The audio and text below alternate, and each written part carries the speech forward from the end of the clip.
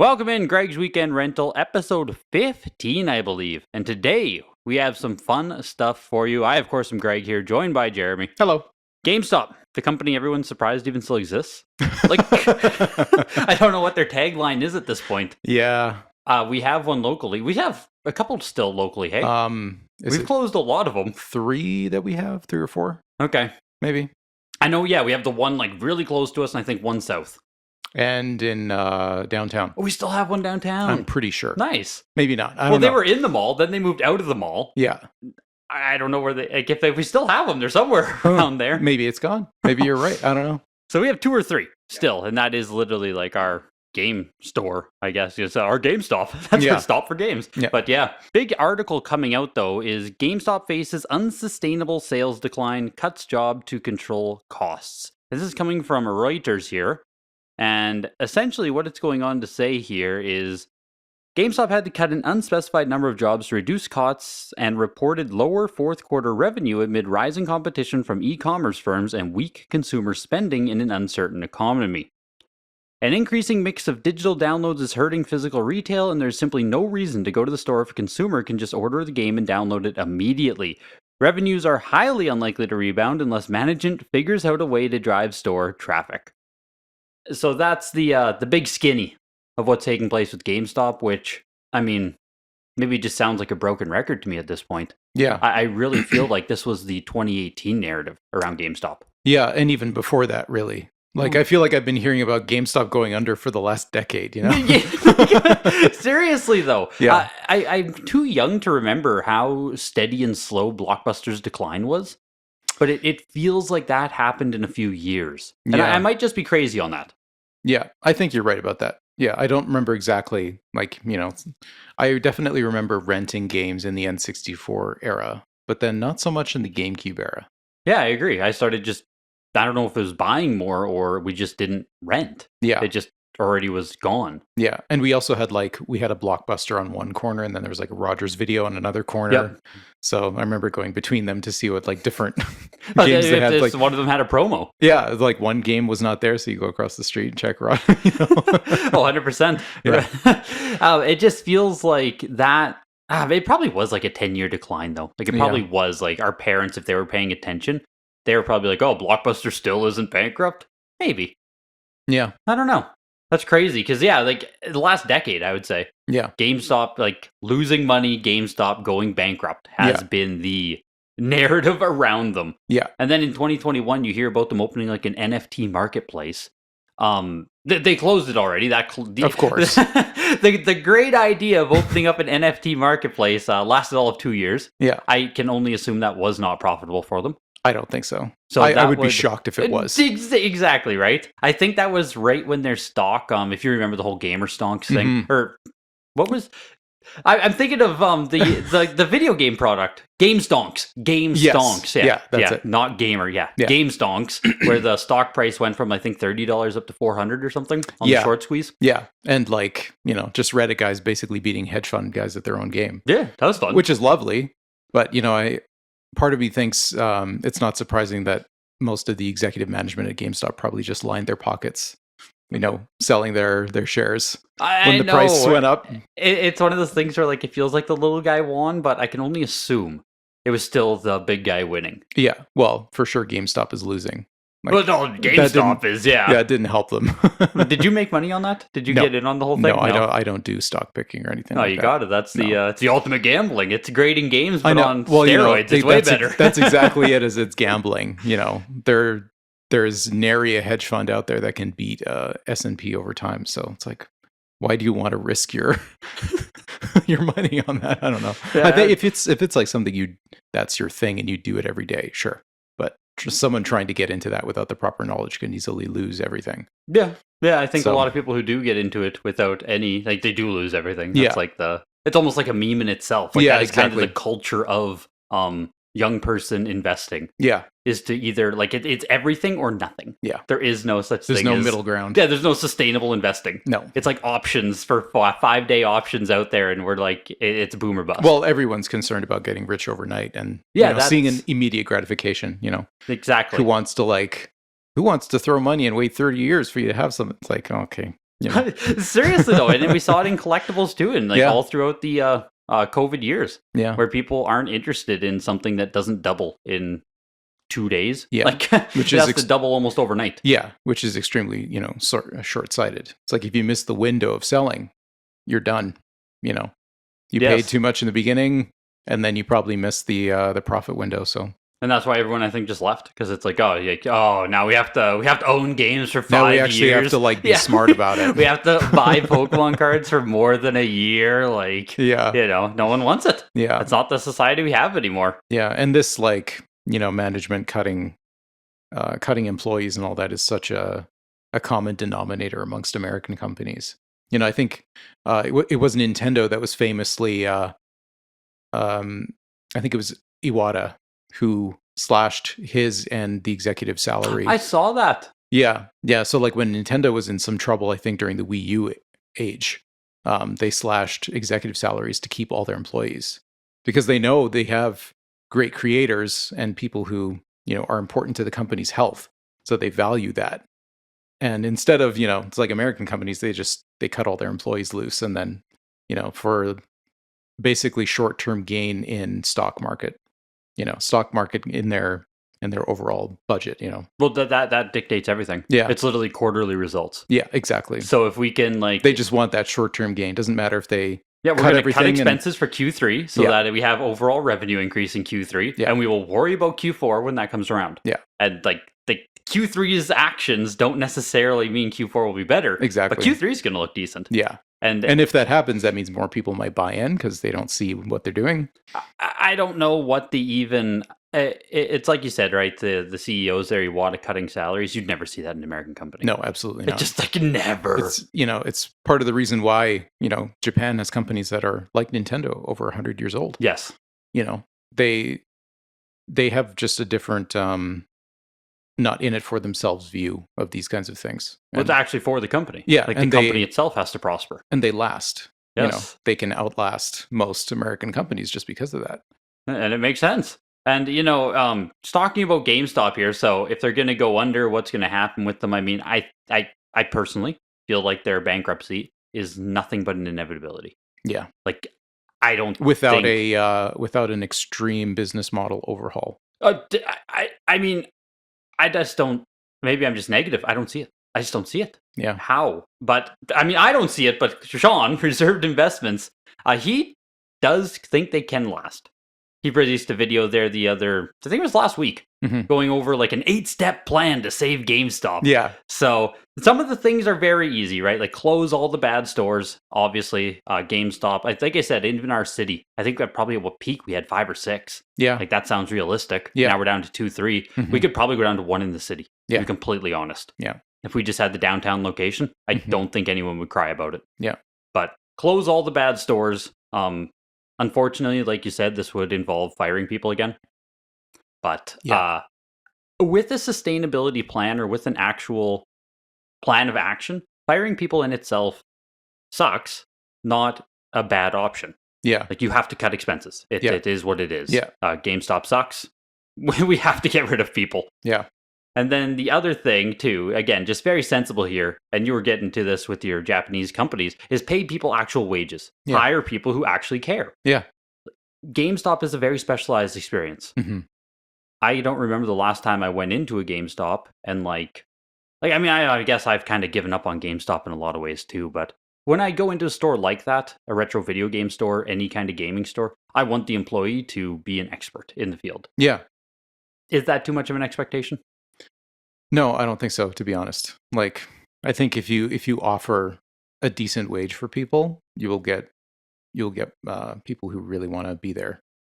Obviously it'll be more competitive, but it's not just like a minimum wage gig. That's, I guess, how it feels. Like I expect to see a minimum wage worker who applied for this job, who might know other video games they play on a TV. Like, they probably played video games in their life, but I don't expect someone who actually lives for it or cares about it or has knowledge beyond being a retail worker. Yeah.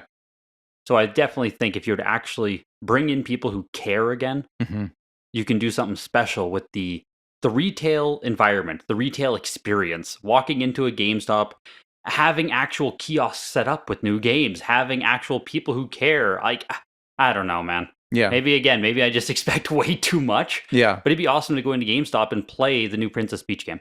Yeah. Give me a little demo. Yeah.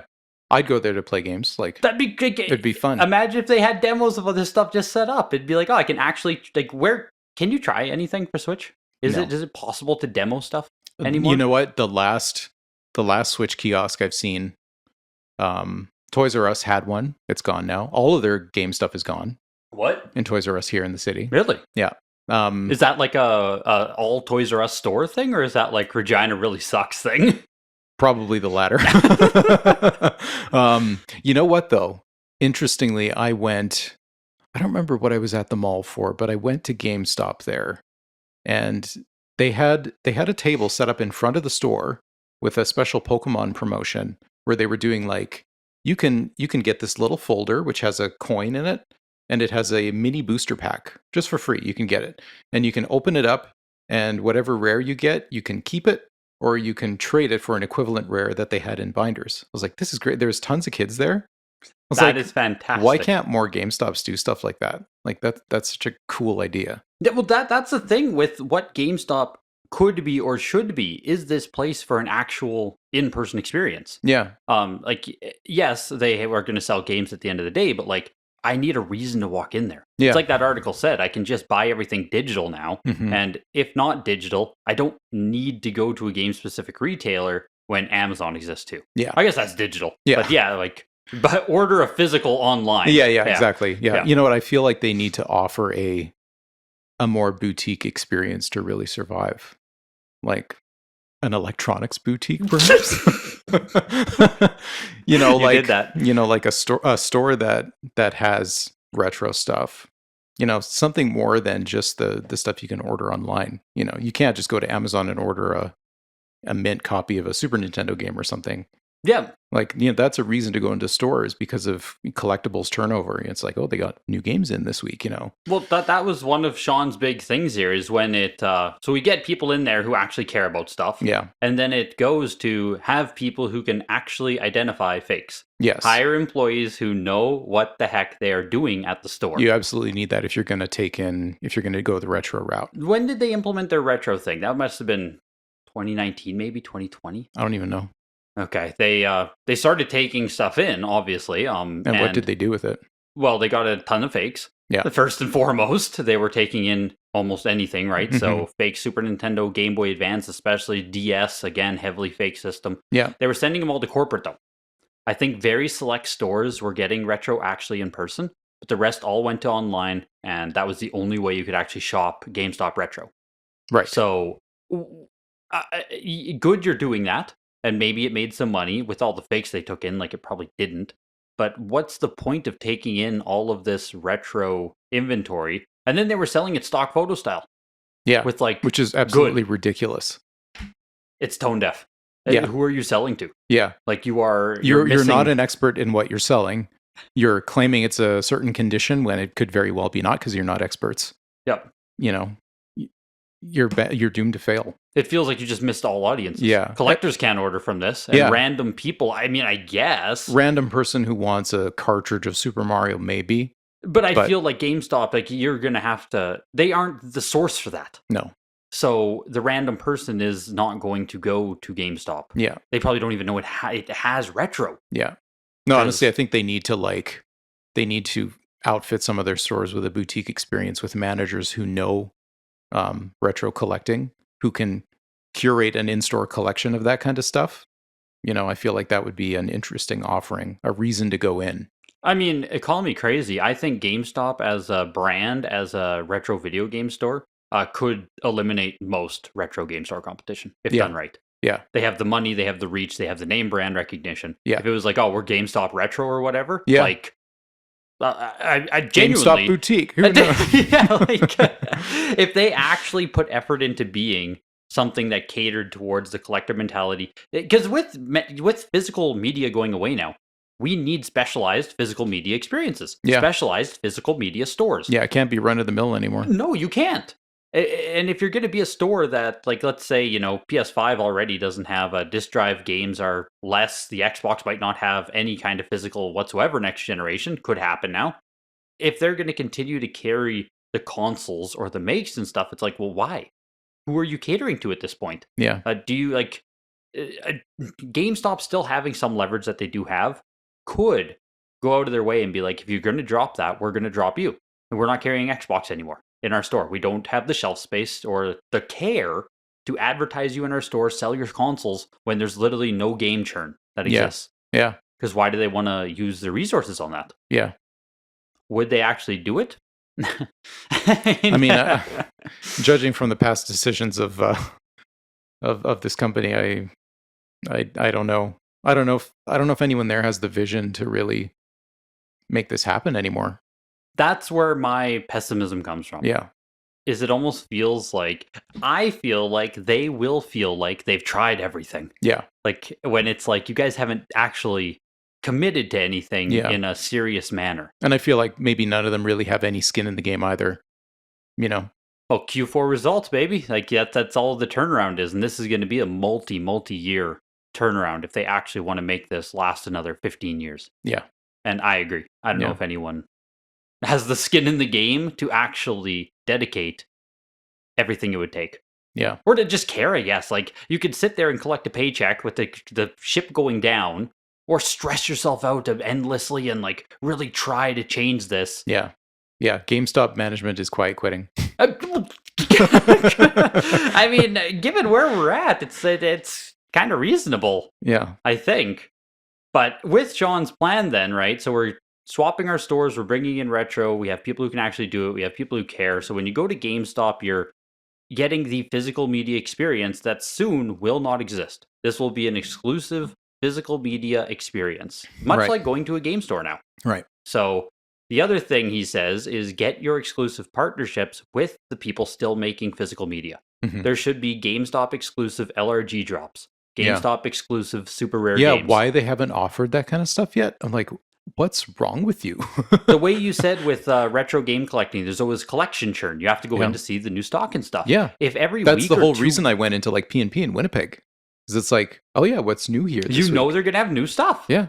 And if GameStop was at least doing these limited drops or something, it doesn't have to be limited. It could be like print to order, but exclusively through GameStop and only in person. Yeah. You cannot do this online. You have to come to our storefront. Mm-hmm. That sounds like a win. It seems kind of obvious. Like a no-brainer win. Yes. And had they actually done this with LRG, I mean, back in 2018, 2019, before they were this freaking giant that they are now, they could have done it for very cheap. Yeah. They could have given them a big paycheck that, relatively speaking, was not. Yeah. Especially given GameStop's position. Yeah. These days, it would cost a lot of money. Yeah. Undoubtedly. They've gotten, it's one of those companies that has really gotten too big for its own good, I think, right now. So that's why there's been this immense struggle over the last few years, closing down all these stores, cannibalizing Electronics Boutique. It's like, I think they have to think slightly smaller. Well, they became like junk stores. Yeah. Unfortunately, in their quest to sell anything, to find anything that kind of profits. Yeah, and the ridiculous notion of opening up games and selling them as new. Like, that's already... Can we stop doing that? That's already finally? A crime in itself. Like, are they finally going to clue in that, like no one wants the physical media crowd, the only crowd that can actually sustain you guys existing, absolutely hates you for opening up games and giving us something opened. Yeah. Like, and having the gall to selling it as new. For the same price. Yeah. Like, everyone hates you for that. And those are the people you need to appease as we go into this digital future. Mm-hmm. Yeah. How they haven't stopped doing that. And I mean, like, gutting DS games.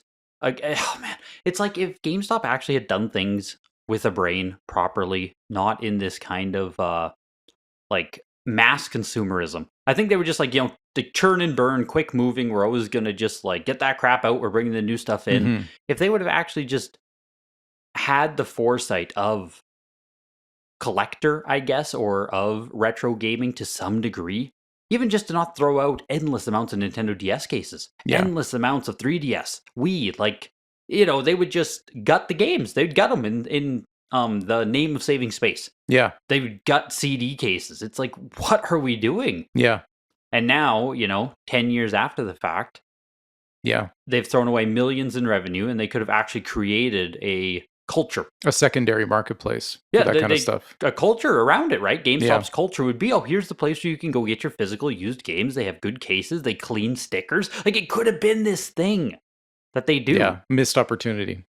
It just it hurts, man. Yeah. It just hurts. When I went there, like on the last, blowout sales, they had like... I was going to say, you just picked up a whole bunch of stuff on clearance, eh? Yeah, for like $1. Like even, they had some even old DS games, like for $1, complete. I was like, you could easily, if you had any kind of online infrastructure, you could sell that any kind of in-person traffic.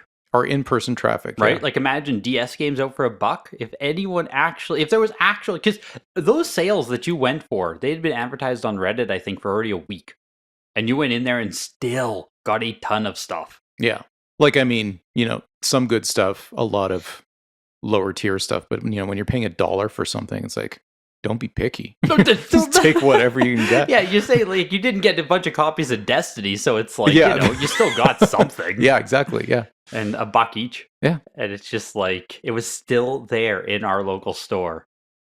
Yeah. Well after the fact that it should not have been. Mm-hmm. Because I know every time I go in there, the only thing I go in there for now is Pokemon cards, actually. Funny enough. I don't even go there to buy games. I go there to buy some packs. That's funny. When I need a hit. Yeah. You know what? I went to a local card shop here, Nutman. It's like, so the store's been around a long time. They make like different types of like roasted nuts and stuff. Yeah, I was going to say, Nutman is like we buy their nuts. yeah, but they have a card shop inside their store now because their son was a collector. Really? And during the pandemic, they're like, he had a collection of cards. They stock brand new Pokemon graded cards. Really? They have stuff in a glass case. I went out, I was like, this is great. Where is this? It's in North Albert, just up Albert way. Interesting. Yeah. So it's a really cool store. I bought a graded, card there, and I was like, it's just cool. I want to support this kind of. And there was guys and like people just coming in and out. They're like, did you get the truckload of, new sealed booster packs in? And like, sports card guys, Pokemon guys is like, man. It's crazy because you talk about that experience of like actually doing an in-store. Like, we don't have an LGS, do we? No. Like, and this is what happens when you have people who know and care about what they're selling. Yes. You build a community. Yes. Because then it's like, hey, I'm getting Temporal Forces. I don't know what the brand new pack is right now. I think it's that. Okay. That sounds kind of right. But when you're doing that, it's like, oh man, we're doing this. Like, we're going to you can do an in-store box break. We're going to break a booster pack for everyone who comes in. You join a raffle. You can get yourself a free pack. You can like cards is so, you can do so much with cards. Yeah. Just due to how small each thing is. Like video games are 60, or I guess 60, oh my god, what year is it? And video games are $100 a pop. Yeah. So you can't, it's harder to be like, oh, we're going to give away 30 copies. Yeah, you can't suddenly do that. You just gave away $3,000. Yeah, exactly. Pack of Pokemon cards like $5. Yeah. So. Yeah, it's much easier in that regard. Yeah. But there was a guy in there who came and bought a booster box of Pokemon cards, and he does like box breaks with his daughter. Like, just like a fun, parent-child thing. It's like, oh, this is great. Yeah, my younger brothers do it too. Like together, just as friends, They just buy a few packs, and like that's when I crack them too. I usually do it with them because it's like, man, sitting alone and opening it kind of so feels sad. It feels like I'm a bit of an addict. What am I doing with my life? Seriously, who wants to just crack 7 packs alone? The issue is when you start going like net zero value, and it's like, wow, I just burned $50 on like $3 worth of cards. Yeah. Because at the end of the day, that's all it is. Yeah. You're just gambling. So it's much, much, much more fun. It's a minimal, I don't want to say minimal risk, but minimal investment gamble It is, that you can have fun with. Yeah, it's $5 a spin, basically. So it's like, oh, okay, like, you can just do it. But I mean, you could way more fun to do with friends. Yeah, much better than throwing cash in a slot machine at a casino or something, It is. At least you get to keep something. You have something a little bit fun. Yeah. Albeit, still only lasts like a minute, but hey, Yeah. It is what it is. It's there. The last thing from Sean's, and this is the craziest thing I think he said, and remember, Sean is kind of a detractor of this entire area, but he said with GameStop going towards a more retro boutique experience, they should bring in graded video games. Yeah. How do you, give me your thoughts? All right, so. You know what, it's something that I wonder could even work with the business model they have, just because of they're really a volume game style business, right? You buy like case packs from distributors and sell games at volume to get your profit. So to sell like graded games requires, I think, a different model, because it's more difficult, I think, to even manage the inventory. It has to be managed at a local level, I think. That's why I said, like, if you have managers who know about this kind of stuff, you could feasibly do it. But yes. But I think it would be more limited to that's something you could sell online because it's graded. Of course you could. You don't need to be an expert in it. Yep. You could sell it online, but if you do it in store, I think it would have to be curated by a manager, someone who knows something about that. Well, yeah, that goes back to bringing in people, giving them a real wage. I don't know if it would. I think of Standard Gaming, who used to be the graded games marketplace that existed, where you could go and they had extremely fair prices. Yeah. Extremely fair. Yeah. Sometimes they'd be buying something at auction and they'd mark it up like say they paid $2,400, they might put it on their website for like $26.99. Like it was like minimal markup. Yeah. Factory sealed graded Switch games would be like $139.99 for the 9.8 A++. They couldn't sustain. There simply wasn't enough interest. Yeah. So I don't know if any. Like, it's just, you said that the Nutman is doing cards.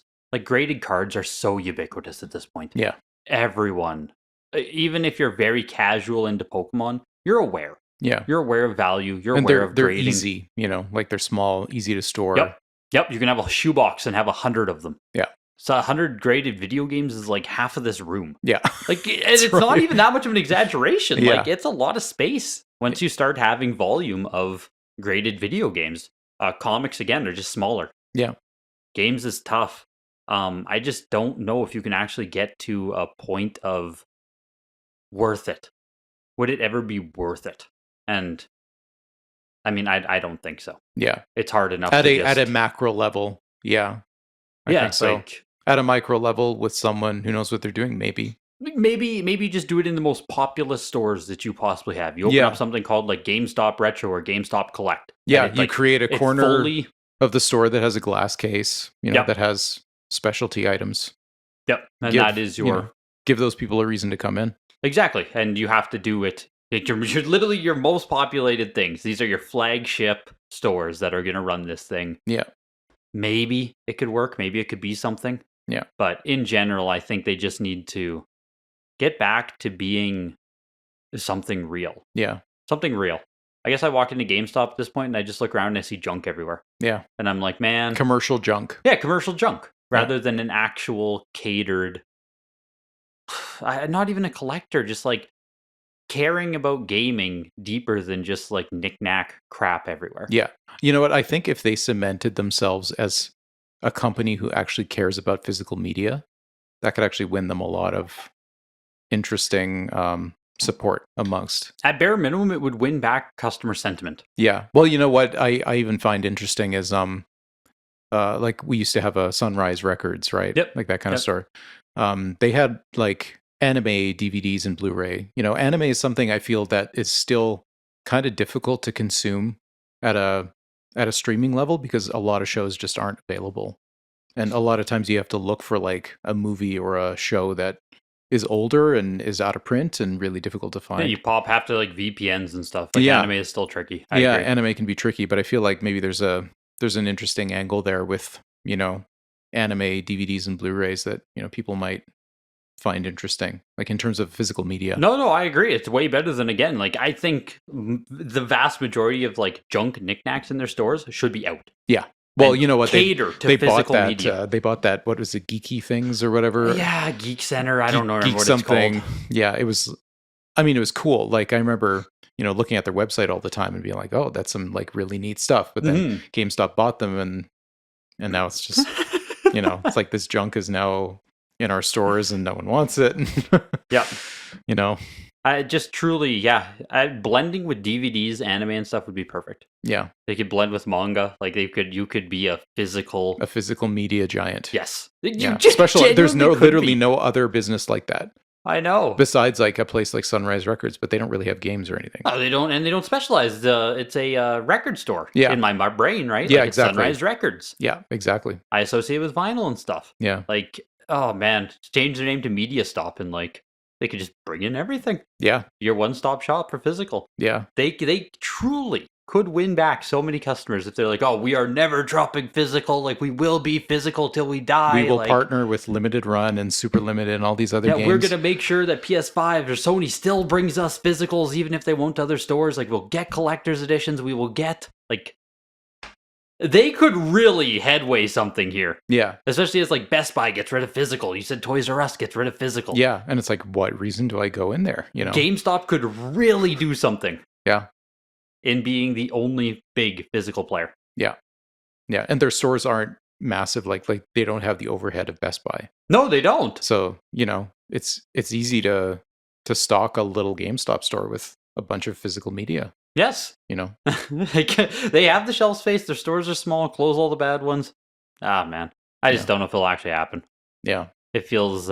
It needs vision to work. Yes. And I don't feel like that. you and I sit here too passionately, and it's like, you could do so much, and they're just like, yeah. I'll just take my check and ride the roller coaster down. Yeah, seriously. And in another 5 years, it'll be like, oh, GameStop closes 80% of its stores or whatever, and that'll be that. Yeah. PS5 will be all digital, Xbox will be all digital, GameStop won't exist, and physical media will be relic. Yeah. It's kind of sad to hear.